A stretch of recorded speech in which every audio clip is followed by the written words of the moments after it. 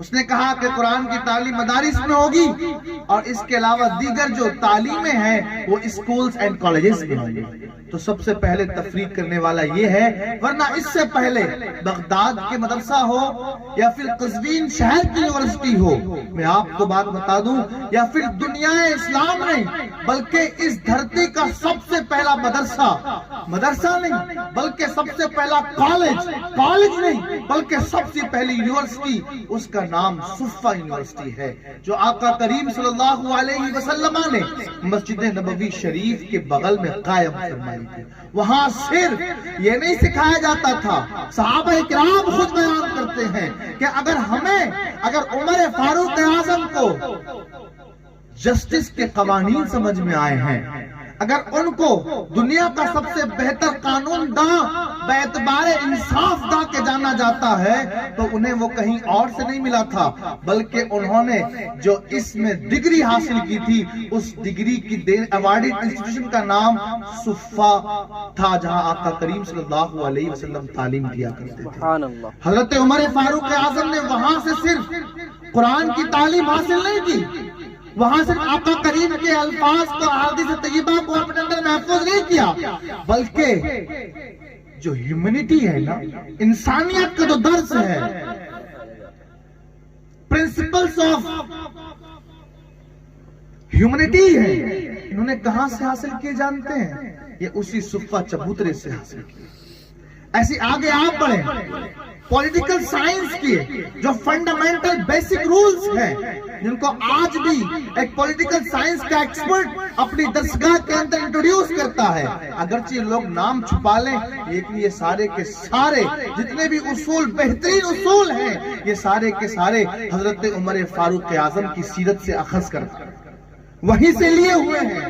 تو political science کا professor حضرت عمر کی شخصیت کو پڑھے بغیر اچھے انداز سے پولیٹیکل سائنس کو سمجھا ہی نہیں سکتا.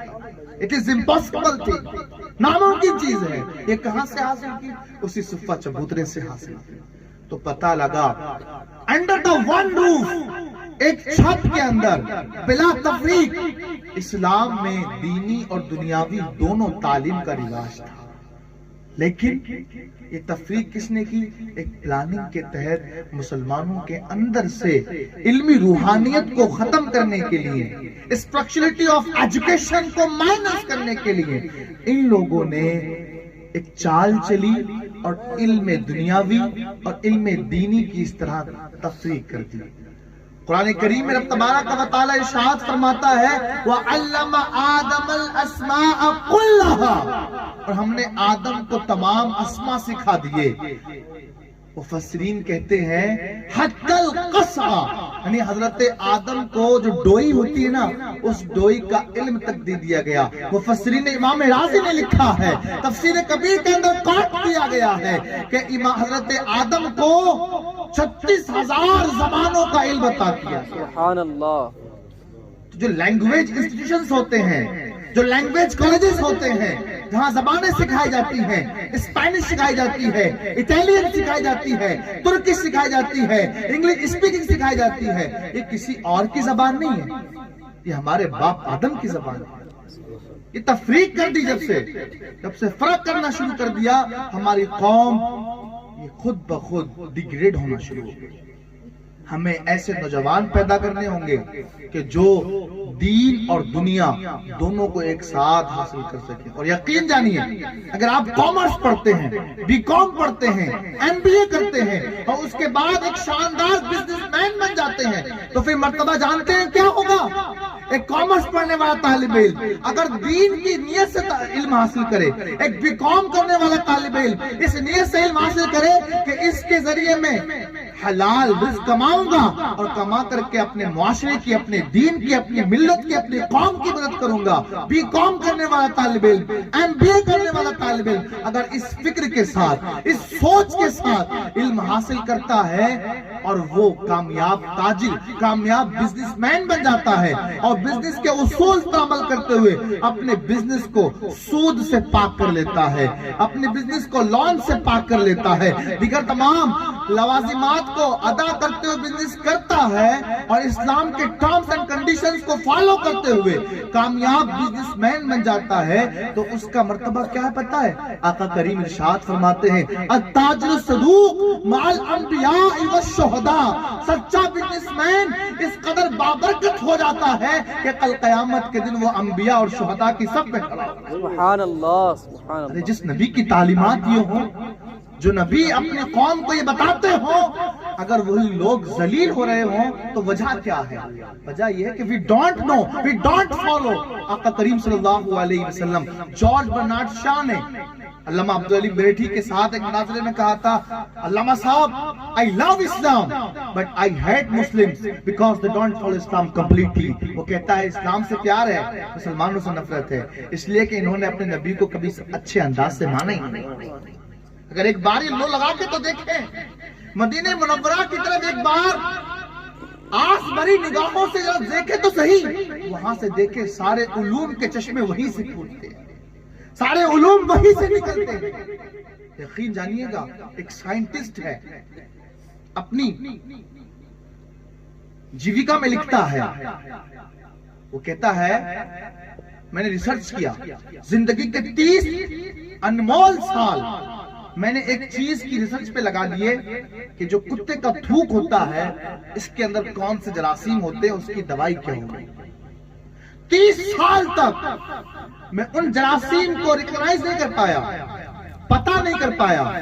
آخر میں ہوا کیا، 30 سال کے بعد مصر گیا، مصر کی ایک لائبریری میں پہنچا، مسند امام احمد ابن حنبل نام کے کتاب کا انگلش ٹرانسلیشن اٹھایا، اس کو پڑھنے لگا۔ جب پڑھا نا، پڑھتے پڑھتے میری آنکھوں سے آنسو جا رہے۔ کیوں؟